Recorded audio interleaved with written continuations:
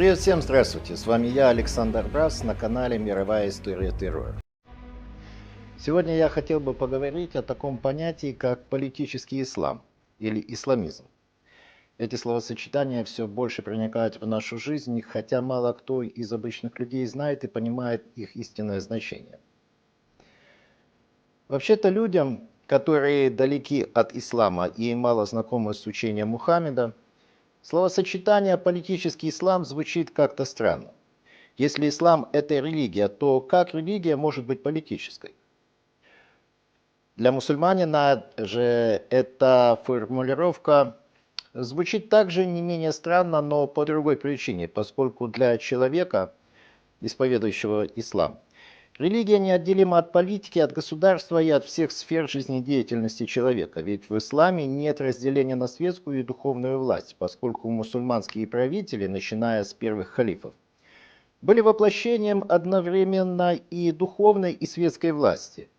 Для мусульманского мира политическое влияние ислама – явление абсолютно естественное. Тем не менее, последние десятилетия понятие «политический ислам» начинает приобретать совершенно другой практический смысл. В нашу жизнь прочно вошли такие словосочетания, как исламский радикализм и исламский фундаментализм. Это совершенно разные понятия, хотя между ними, как правило, ставится знак равенства. И это совершенно неверно, совершенно безграмотно, поскольку понятие фундаментализм не всегда равнозначен политическому радикализму, экстремизму и не является причиной терроризма. Фундаментализм, в том числе исламский фундаментализм, это призыв вернуться к истокам веры, к первоначальной чистоте, извращенной коррумпированной верхушкой общества или отступниками. Сами фундаменталистские течения могут возникнуть в любой религии, будь то ислам, иудаизм, христианство или любая другая религия.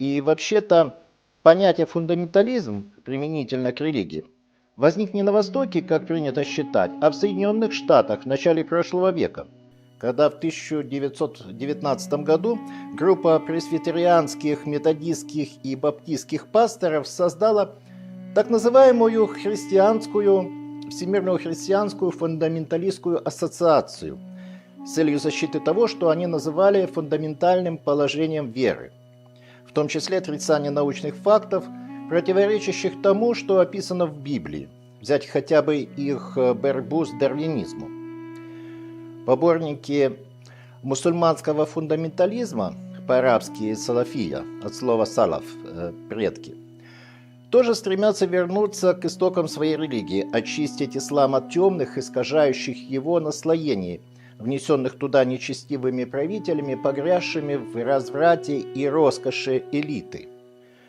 Фундаментализм может быть оборонительным, призванным сохранить, очистить веру, но может быть и наступательным, агрессивным. Именно последняя разновидность фундаментализма, ставящая во главу принципа джихада, известна под именем исламского радикализма, сокращенно исламизма. Последователи исламизма понимают джихад как необходимость борьбы вплоть до вооруженной с христианским, в их глазах безбожным и материалистичным западным миром. Это несмотря на то, что мусульмане никогда не объявляли войну христианству, ведь это одна из трех авраамических религий. Не следует забывать, что приверженцы ислама почитают в качестве своих пророков и Авраама, и Иисуса. На арабском языке эти звучат имена как Ибрагим и Иса. Джихад для воинствующего исламизма – это борьба с западной цивилизацией. Фанатики-террористы меньше всего думают об очищении ислама. Корни их ненависти к Западу, в первую очередь к Америке и Израилю, носят не религиозный, а культурно-цивилизационный, психологический и геополитический характер.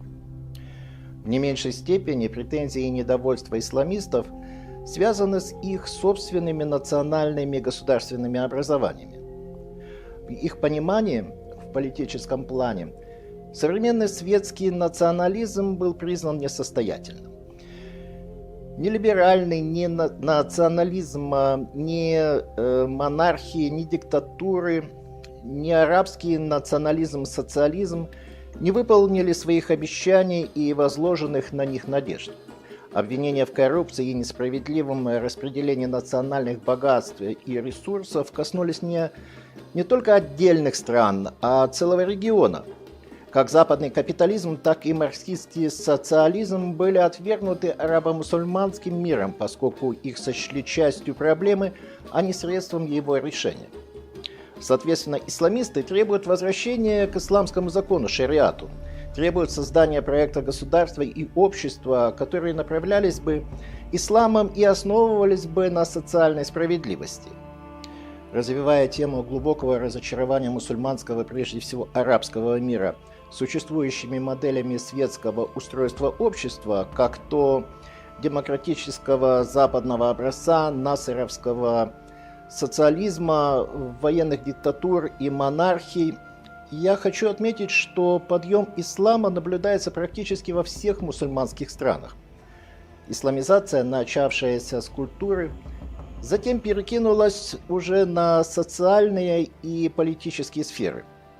Уже в середине 90-х годов все страны, преимущественно с мусульманским населением, были в культурном, социальном и политическом плане более исламскими и исламистскими, нежели 15 годами ранее. При том, что сами исламисты в какой-то мере являются продуктом процесса западной модернизации. Они не отвергают западную культуру, вернее, они, отвергая западную культуру, не отвергают плоды ее достижения. Их ядро, как ни странно, это студенчество и интеллигенция. Так, к примеру, среди египетских исламистов 80% составляют студенты и выпускники университетов. Это люди ниже среднего достатка, но не бедноты. Массовая база исламистов – это представители городского среднего класса. Я имею в виду не торговцев, мелких бизнесменов и класс ремесленников. Это в первую очередь врачи, юристы, инженеры, учителя и государственные чиновники. Среди исламистов весьма высока доля молодежи, получившей хорошее образование. Еще на одном важном моменте мне бы хотелось заострить внимание. Исламские радикалы фактически монополизировали функции оппозиции по отношению к авторитарным и непопулярным правительствам мусульманских стран, оттеснив на периферию политической жизни буржуазных либералов и всякого рода леваков, включая коммунистов. Можно долго рассуждать об обстоятельствах, способствовавших успеху исламистов, как то в период Холодной войны правительства таких стран, как Алжир, Турция, Египет, Иордания и многие другие, если не приветствовали активизацию исламских групп, то намеренно закрывали глаза на их деятельность, видя в них противовес распространению левых и просоветских влияний и идей. Однако это отдельная тема большая, о которой я сейчас намеренно не стану говорить, но требует отдельного рассмотрения. Отмечу только, что исламисты прекрасно воспользовались открывшимися перед ними возможностями.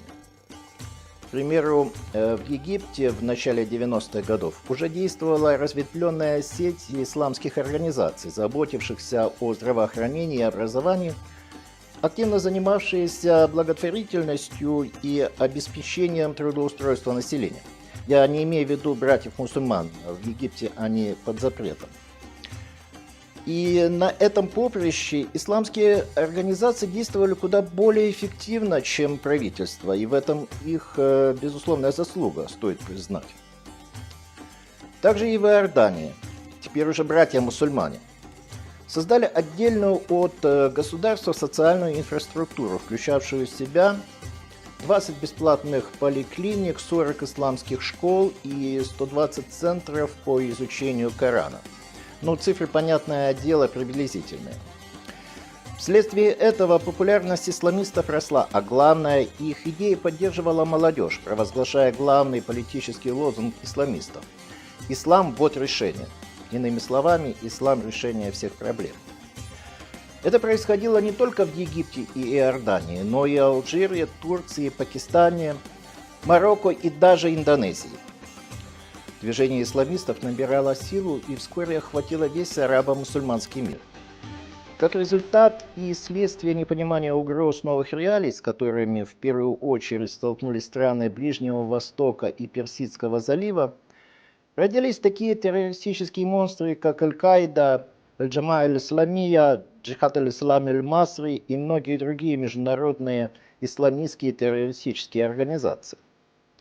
Этот процесс я достаточно подробно и глубоко описал в своей книге «Тайная трагедия Осама бен Ладена» на заре создания исламского государства Ирака и Леванта, вышедшая в московском издательстве «Международные отношения» в 2015 году. Итак, в завершении сегодняшнего выпуска, на основе того, что я рассказал о мировоззренческой базе и деятельности исламского радикализма, я хочу сделать несколько важных выводов. Первое. Исламизм нельзя рассматривать как борьбу бедных и богатых, поскольку проблематика нищеты не занимает в идеологии исламистских экстремистов центрального места. Скорее, в исламизме нашел выражение комплекс неполноценности, связанный с пренебрежением великих держав Запада, вчерашних колонизаторов и империалистов, к странам третьего мира. Второе. Идеологи исламизма озабочены судьбой религии, в их глазах единственно правильной и верной, и все более размываемой чужой западной безбожной и развращающей культурой. Третье. Исламизм не является чисто религиозным феноменом, борьбой с христианством или иудаизмом, поскольку ни в одной из сунн Корана не содержится и не может содержаться по причинам чисто теологического свойства призыв к джихаду против иноверцев как христиан, так и иудеев. Хотя исламские идеологи постоянно пытаются вырвать из Корана отдельные цитаты и толковать их совершенно по-своему. Четвертое. Фундаментализм, салафия. Действительно выступает основой исламизма, но лишь отчасти. Лозунг «Аль-Ислам хуа аль-Халь» «Ислам вот решение» означает наведение порядка в мусульманском мире, восстановление мусульманской духовности и утверждение примата ислама для искоренения социальной несправедливости и устранения неправедных правителей, равно как и защита от пагубного воздействия чуждых культур, но при непременном условии адаптации к современности и усвоения технических, экономических и материальных достижений западной цивилизации. И напоследок я хочу сказать, что важнейшим импульсом того, что называют взрывом исламизма, следует считать развитие процесса глобализации, который для многих мусульман тождественен с американизацией. Важнейшим импульсом того, что называют взрывом исламизма, следует считать развитие процесса глобализации, который для многих мусульман тождественен американизации. Следствием гегемонии Соединенных Штатов в западном мире и превращения этого государства после краха системы социализма в единую сверхдержаву стало то, что именно на США сконцентрировалась вся ненависть воинствующих исламистов к чуждой западной модели. На этом я хочу завершить свой сегодняшний выпуск и в конце, как всегда, прошу поддержать мою работу. Для этого достаточно поставить лайк под этим видео, написать комментарий или задать вопрос и, конечно, подписаться на мой канал. Все это будет способствовать тому, что канал и это видео конкретное увидит намного больше людей. Ссылку на предыдущие выпуски вы можете посмотреть и найти в описании под этим видео. Берегите себя и читайте мои книги. С вами был я, Александр Брас.